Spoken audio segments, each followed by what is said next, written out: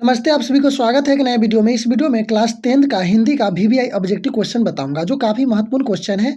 और जो भी क्वेश्चन है वो काफ़ी महत्वपूर्ण क्वेश्चन है। कहीं ना कहीं किसी बार ये जरूर पूछा गया है, तो प्लीज़ आप लोग अंत तक जरूर देखिए। और वीडियो पसंद आएगा तो वीडियो के लाइक और नए हैं तो चैनल को सब्सक्राइब जरूर कीजिए। और इस वीडियो में जो भी क्वेश्चन है उसका आंसर आप कमेंट करके हमें बताइएगा, और टोटल कितना आपको सही हुआ ये भी जरूर बताइएगा। तो चलिए स्टार्ट करते हैं इस वीडियो को। अगर आप नए हैं तो चैनल को सब्सक्राइब जरूर कीजिएगा और बेल आइकन प्रेस जरूर कर लीजिएगा, ताकि जो भी क्लास ले उसका नोटिफिकेशन आप तक आसानी से पहुंच पाए। तो चलिए देखते हैं।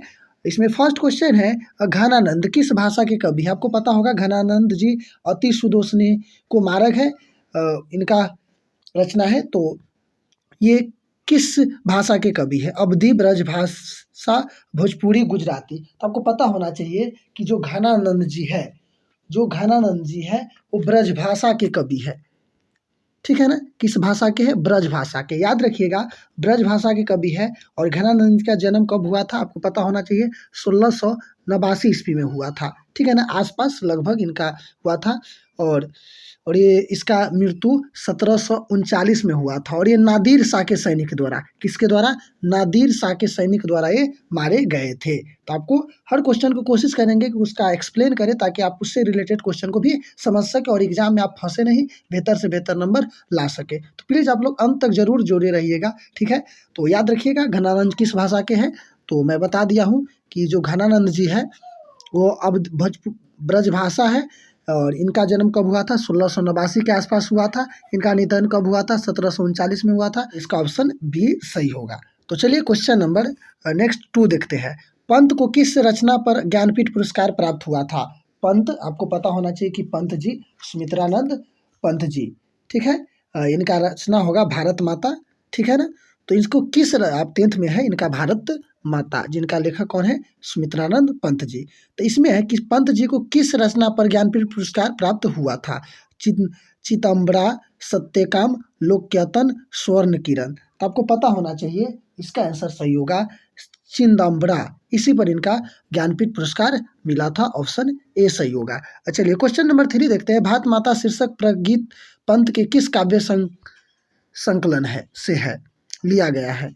गुंजन, ग्राम्य, युगवाणी, युगांत। तो 3 का आपको पता होना चाहिए। 3 का आपको ऑप्शन बी सही होगा।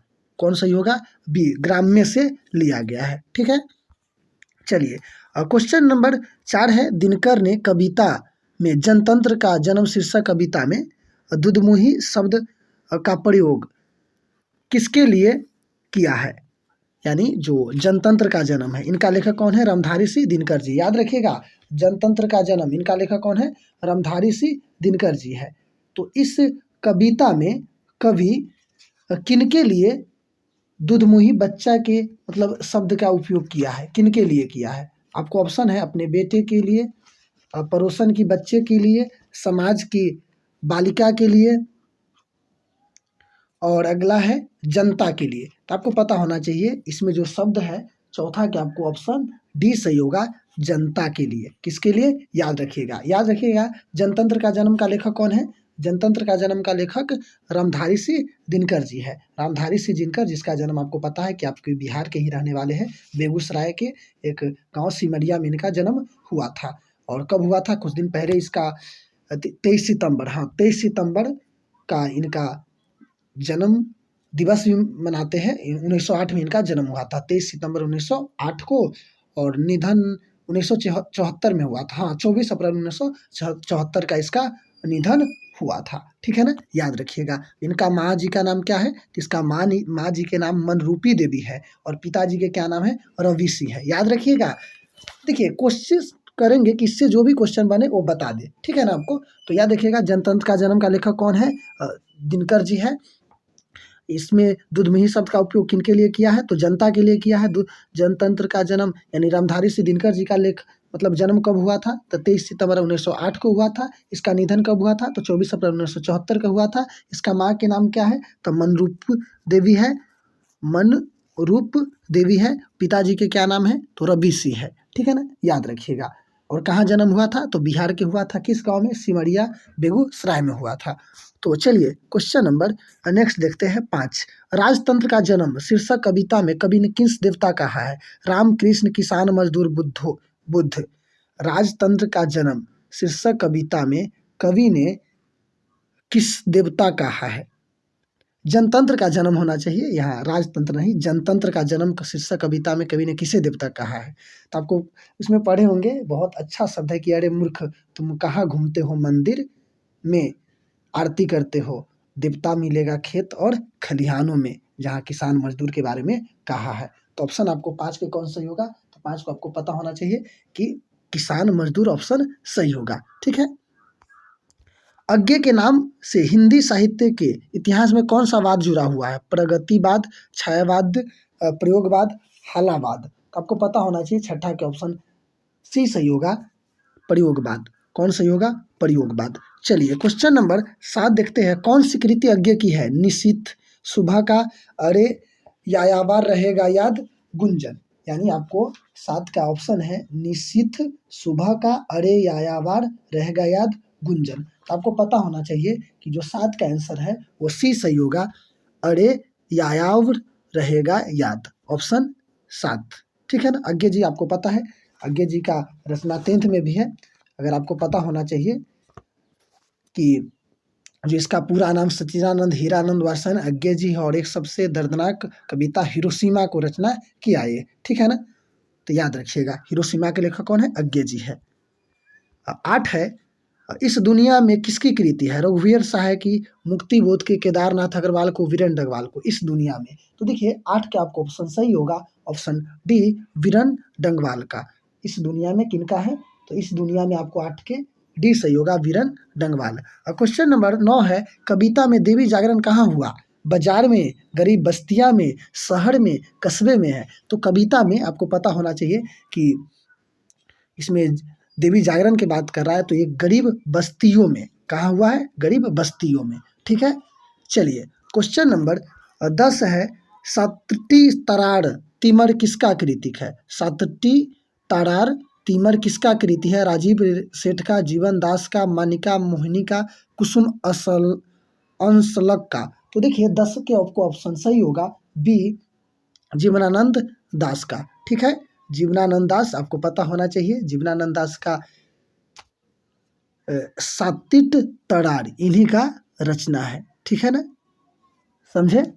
जो भी है लाइक शेयर करते रहिएगा। और 10th में भी है, लौट कर आऊँगा फिर, अगर पढ़े होंगे तो उसमें इनका पता होगा इनके बारे में।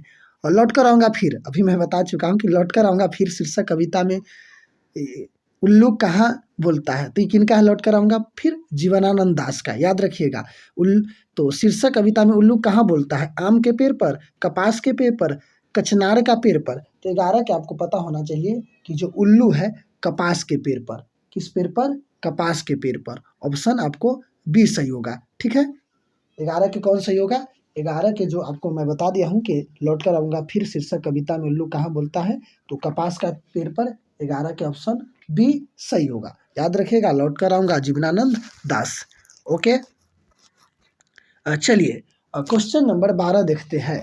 12 है, आचार्य हजार प्रसाद द्विवेदी ने साहित्य कि किस विद्या के लेखन किया है? हजारी प्रसाद द्विवेदी आप पढ़े होंगे, नाखून क्यों बढ़ते हैं, इनका लेखक कौन है? हजारी प्रसाद द्विवेदी जी है। तो ये साहित्य के किस विद्या में लेखन नहीं किया है? नहीं किया है। आलोचना, उपन्यास, कहानी, निबंध। तो आपको पता होना चाहिए कि 12 के आपको ऑप्शन सही होगा। इसमें पहला है आलोचना, दूसरा है उपन्यास, तीसरा है कहानी और चौथा है निबंध।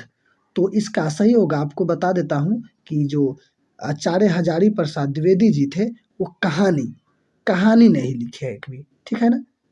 क्या नहीं लिखे? कहानी। ऑप्शन सी सही होगा।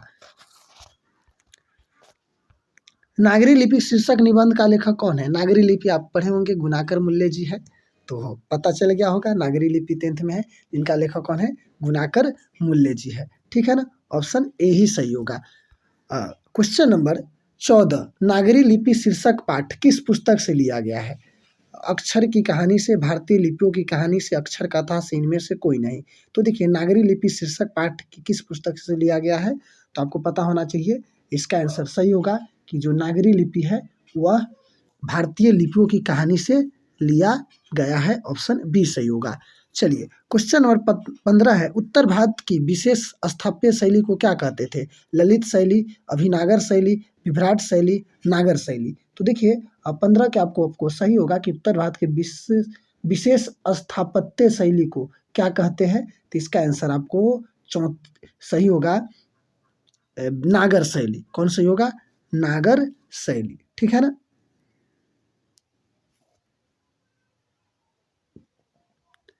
15 के कौन सही होगा? तो 15 का डी सही होगा। चलिए क्वेश्चन नंबर 16 देखिए, बहादुर शीर्षक कहानी का कहानीकारक है। क्वेश्चन नंबर 16 है कि बहादुर शीर्षक दम लड्डू क्वेश्चन है। अमरकांत, राजेंद्र यादव, कमलेश्वर, ज्ञान रंजन। तो आपको पता होना चाहिए कि जो बहादुर कहानी है उनका लेखक कौन है? अमरकांत जी है। ठीक है ना। बहादुर का लेखक कौन है? आप पढ़े होंगे, बहुत मस्त कहानी है। तो इनका लेखक कौन है? तो बहादुर का है अमरकांत जी। ठीक है ना। कौन है? अमरकांत जी। इनका भी जन्म उत्तर प्रदेश के बलिया में हुआ था, याद रखिएगा। और शायद 1925 में इनका 1925 में इनका जन्म हुआ था, याद रखिएगा। कहाँ हुआ था? बलिया, उत्तर प्रदेश में हुआ था। ठीक है।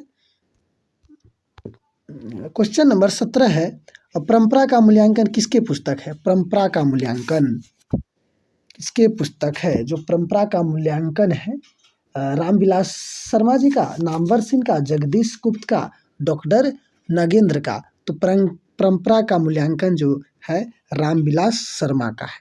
किसका है? शर्मा का। ठीक है ना। ऑप्शन आपको सही होगा ए ही, याद रखिएगा, रामविलास शर्मा का। ओके।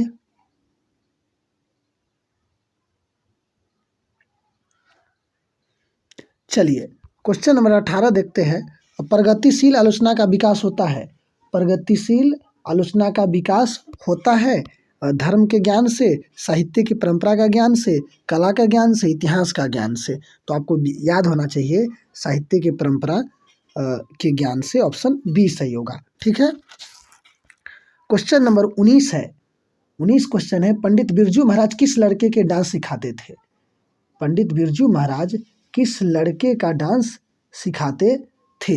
राधे श्याम के, गौरी शंकर के, सीताराम बागला को, राधे मोहन बागला को। तो आपको पता होना चाहिए कि जो पंडित बिरजू महाराज जित जित मैं निरखत हूँ, जिनका लेखक कौन है? पंडित बिरजू महाराज है। तो ये किसको नाच सिखाते थे?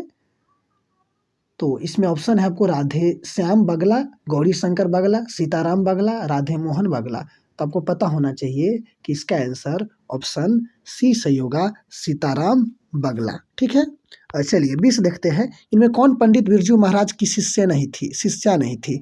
शाश्वती, रसीम वाजपेयी, दुर्गा, अनुराधा। तो आपको पता होना चाहिए कि इनमें से कौन, जो शाश्वती भी थी, रसीम वाजपेयी भी थी, दुर्गा भी थी, अनुराधा नहीं थी इनका शिष्या। ओके। ऑप्शन कौन होगा? डी है। लाल शत्रुज कहाँ है? लाल शत्रुज पढ़े होंगे आप 10th में, अभिन्यो वाला है। ठीक है ना। अभिन्यो चैप्टर है। अभिन्यो का लेखक कौन है? तो अशोक वाजपेयी है। ठीक है ना। अभिन्यो का लेखक कौन है? अशोक वाजपेयी है। तो लाल शत्रुज क्या है? इमारत, पर्वत, ईसाई मत, मेरी शत्रु। तो आपको पता होना चाहिए कि जो लाल शत्रुज है वो ईसाई मठ है। ठीक है ना। क्या है? ईसाई मठ है। लाल शत्रुज क्या है? ईसाई मठ। ओके। आंद्रे बिंत्रा क्या है? कवि, कथाकार, रंगकर्मी, संगीतकार। उसी में है, आप पढ़े होंगे। अभिनय अशोक वाजपेयी जी का अभिनय में ही है इनका बारे में। ठीक है ना। तो आपको है कि आंद्रे बिंत्रा क्या है? तो आपको पता होना चाहिए एक कवि है। ऑप्शन ए ही सही होगा। चलिए क्वेश्चन नंबर 23 है, मोहरा क्या है? मछली कहानी। याद कीजिए मोहरा, विनोद कुमार शुक्ल जी का मछली कहानी पढ़े होंगे तो आपको पता होना चाहिए कि मोहरा क्या है? जंगल है, पर्वत है, नदी है, इमारत है। तो आपको पता है कि मोहरा एक नदी है। ठीक है ना। जो ना पढ़े थे कि पतली गली से ये नदी फिर शहर के रास्ते हुए मोहरा नदी में मिल जाती है। तो यही इसका ऑप्शन आपको डी सही होगा। ऑप्शन डी सही होगा। नदी हेर फेर है, ABCD थोड़ा जब इसको सिलेक्ट किए होंगे कलर कुछ करने के लिए तो ये थोड़ा ये हो गया है, उससे कोई फर्क नहीं पड़ता। कहानीकार के छोटे भाई का क्या नाम था? भग्गू, जग्गू, संतू, दिन्नू। कहानीकार का छोटे भाई का नाम क्या था? तो जो नरेन, उनका छोटा भाई संतु। मछली कहानी की बात है, नरेन, नरेन का छोटा भाई संतु। ओके। बिस्मिल्लाह खां का जन्म कहाँ हुआ था? बिस्मिल्लाह खां नौबत खाने में इबादत पढ़े होंगे, यतेंद्र मिश्र जी का है, उन्हीं में इनके बारे में चर्चा है और काफ़ी अच्छा है वो रचना, जिसमें बिस्मिल्लाह खां के बारे में बताया गया है। ठीक है, तो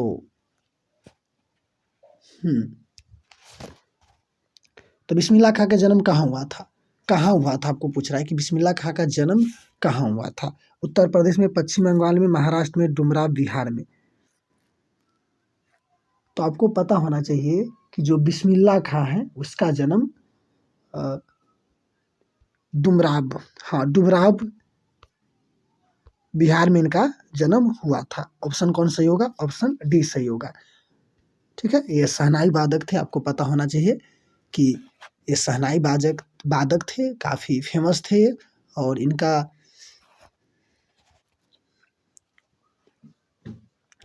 ठीक है, याद रखिएगा, डुमराव बिहार में इनका जन्म हुआ था। ओके,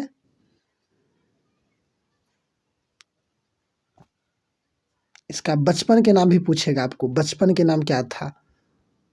बिस्मिल्लाह खां का बचपन का क्या नाम था? ये तो याद रखिएगा, बिस्मिल्लाह खां का बचपन के नाम अमरुद्दीन था। क्या था? अमरुद्दीन था। ठीक है ना। तो बिस्मिल्लाह खां का जन्म कहाँ हुआ था? डुमराव में हुआ था। वो नरकट के जो रीड लगता था उसका प्रयोग होता था इस डुमराव में, आपको पता है कि उसीलिए वो फेमस है।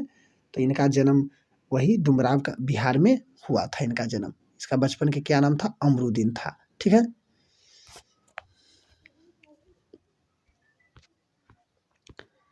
रसूलन बाई थी नर्तकी, गायिका, कवित्री, लेखिका। रसूलन बाई कौन थी? तो आपको पता होना चाहिए कि रसूलन बाई नर्तकी, गायिका, कवित्री, लेखिका। तो आपको इसका आंसर सही होगा कि रसूलन बाई गायिका, गायिकी यानी गायिका थी। ठीक है, ऑप्शन बी सही होगा। चलिए 27 है, भारतीय संस्कृति किसके प्रतीक है? एकता की, विविधता की, मानवता की, भिन्न भिन्न संस्कृति के सामंजस्य की। तो आपको पता होना चाहिए कि जो भारतीय संस्कृति है वो भिन्न भिन्न संस्कृति को सामंजस्य की, यानी बहुत अलग अलग संस्कृति फिर भी सब क्या है? एक साथ है, एक है। गांधी जी के अनुसार शिक्षा के सहायक होती है, गांधी जी पढ़े होंगे शिक्षा और संस्कृति। ठीक है, जिनका लेखक कौन है? महात्मा गांधी जी है। इसमें शिक्षा के और संस्कृति के बारे में बताते हैं। तो गांधी जी के अनुसार शिक्षा सहायक होती है शरीर के विकास में, बुद्धि के विकास में, शरीर, बुद्धि और आत्मा के विकास में, आत्मा के विकास में।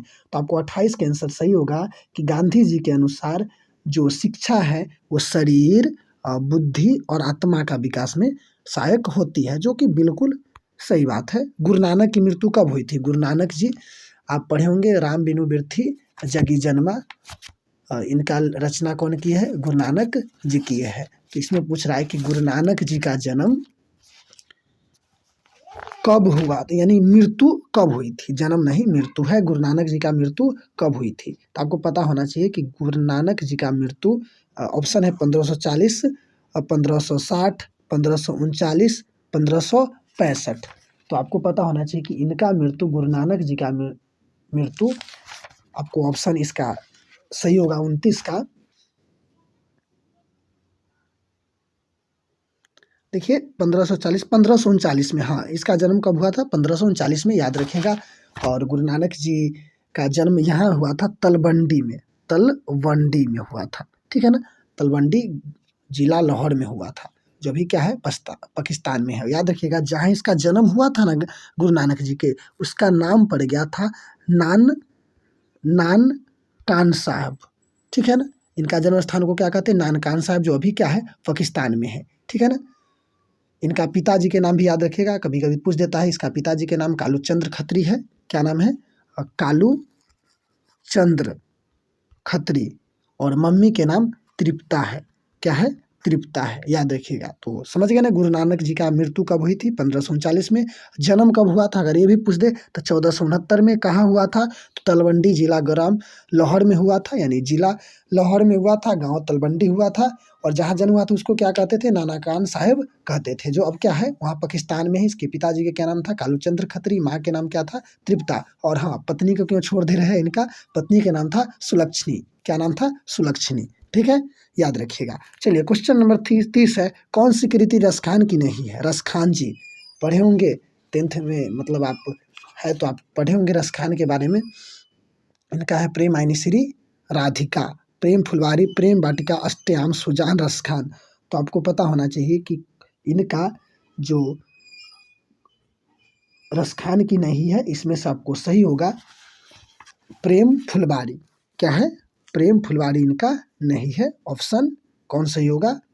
ए। ठीक है, तो चलिए यही 30 क्वेश्चन था। आप लोग अब हमें बताइए कि आउट ऑफ 30 क्वेश्चन में कितना क्वेश्चन सही हुआ। अगर आप प्लीज़ नए हो तो चैनल को सब्सक्राइब जरूर कर लीजिएगा और बेल आइकन प्रेस जरूर कर लीजिएगा। किसी तरह से अगर आप जुड़ रहे हैं तो आप अंत तक जरूर देखिएगा प्लीज़, और अपने दोस्तों के पास शेयर भी ज़रूर कीजिए। और साथ में बताइए कि आपको कैसे क्लास लगता है। किसी तरह की कोई समस्या हो, किसी टॉपिक पर वीडियो चाहिए तो आप कमेंट करके कह सकते हैं। और साथ में आप जुड़े रहिए, क्योंकि आने वाला समय में बहुत बेहतर से तैयारी की जाएगी, क्योंकि अभी ऑब्जेक्टिव हो रहा है, सब्जेक्टिव भी होगा, साथ में मॉडल सेट भी कराऊंगा।